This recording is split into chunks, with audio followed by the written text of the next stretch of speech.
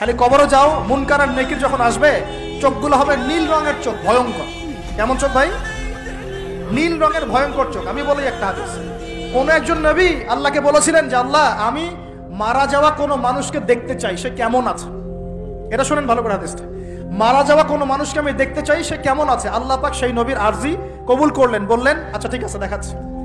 কবরের সামনে গিয়ে দাঁড়ালেন। 1000 বা 2000 বছর আগের কোন ব্যক্তি যে মারা গেছে তাকে কবর থেকে চিন্তা করা, নবী দেখছেন এবং সে ভয় থরথর করে কাঁপছে, এখনো ভয় থরথর করে কাঁপছে। নবীজি আমাদের নবী নন, অন্য কোনো নবী তিনি। সেই নবী বলছেন যে তুমি ভয় কাঁপছো কেন? তুমি কত বছর আগে ইন্তেকাল করেছো, কি তোমার হালচাল বলো আমাকে। সেই ব্যক্তি বলছে আমি আজকে থেকে 1000 বা 1500 বছর আগে মারা গেছি। আমি ভয়ে কাঁপছি। যখন আমি মারা যাচ্ছিলাম, মালাকুল মউত যে আকৃতি নিয়ে আমার সামনে এসেছিল, ওই আকৃতি আমি এখনো ভুলতে পারি না, তাই দেখে আমি থরথর করে কাঁপছি।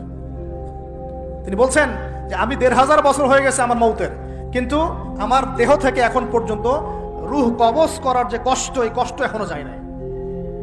আর এই সব দুর্নীতি করে আর অন্যায় করে মানুষের সম্পদ আত্মসাৎ করে অন্যের উপর অত্যাচার করে আমরা ভাবছি যে আমরা কালকে আমাদের মাঠে পার পেয়ে যাবো।